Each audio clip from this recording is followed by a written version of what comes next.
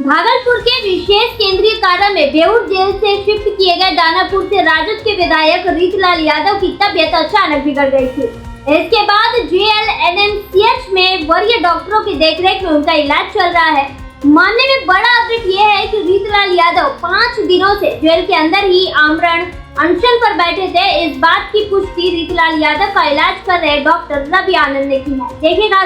भागलपुर के विशेष केंद्रीय कारा में बेऊर जेल से शिफ्ट किए गए दानापुर से राजद के विधायक रीतलाल यादव की तबीयत बिगड़ी थी। इसके बाद जेएलएनएमसीएच के वरीय डॉक्टरों की देखरेख में उनका इलाज चल रहा है। मामले में बड़ा अपडेट ये है कि रीतलाल यादव 5 दिनों से जेल के अंदर ही आमरण अनशन पर थे।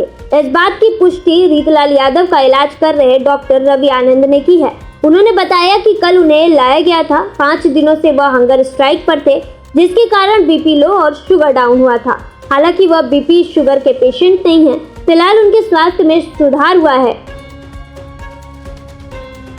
डॉक्टर रवि आनंद ने कहा कि भूखे रहने के कारण उनकी तबीयत बिगड़ी थी। हमने उन्हें मोटिवेट भी किया, जिसके बाद उन्होंने हल्का खाना खाया। हालांकि रीतलाल यादव जेल के अंदर आमरण अनशन पर क्यों बैठे थे, इसका फिलहाल खुलासा नहीं हो पाया है। आखिर रीतलाल यादव किस बात से परेशान है, कौन सी आवाज जनता तक पहुंचाना चाहते हैं, इसका पता नहीं चल पा रहा है। रीतलाल यादव से हमने जानने की कोशिश भी की, लेकिन वह खामोश रहे।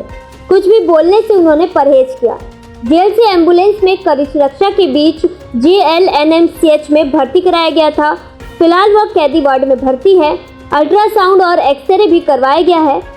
उनकी पत्नी रिंकू देवी ने रीतलाल यादव के फेसबुक अकाउंट पर पोस्ट कर उन्होंने लिखा कि रीतलाल यादव को जान का खतरा है। एक बहुत बड़ी साजिश कर हमारे पति को भागलपुर जेल भेजा गया है, और तो और उनसे जो कोई भी व्यक्ति मिलने जाता है उस पर फर्जी मुकदमा किया जाता है।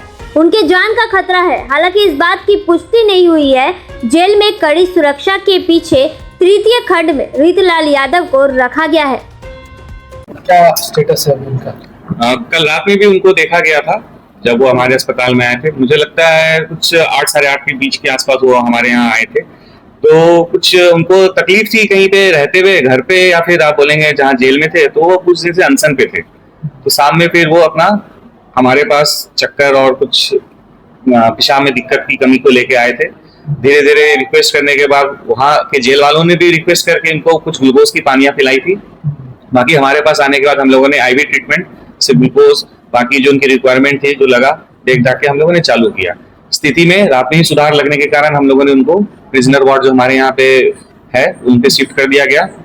सुबह में भी जांच के उपरांत अभी तक की जो रिपोर्ट्स है लगभग नॉर्मल पाई जा रही हैं। अब वो खा भी रहे हैं अपने हिसाब से, थोड़ा पहले से बेहतर भी लग रहे हैं। लेकिन कुछ और 1-2 जांचें, जैसे उनको प्रोस्टेट की प्रॉब्लम जैसा वो मुझे पुराना बता रहे हैं, तो हमारे दूसरे डिपार्टमेंट से भी संपर्क करके फिर हम लोगों ने सोचा कि ये बहुत दिन से 4-5 दिन से अनशन पे थे, तो एक मानसिक विभाग से भी ओपिनियन ले लिया जाए कि किस कारण से वो तनाव में थे। तो ये सारी चीजें की प्रक्रिया को होने में 1-2 दिन में हो जाना चाहिए और कुशल वो हो सकता है वापस यहाँ से डिस्चार्ज कर।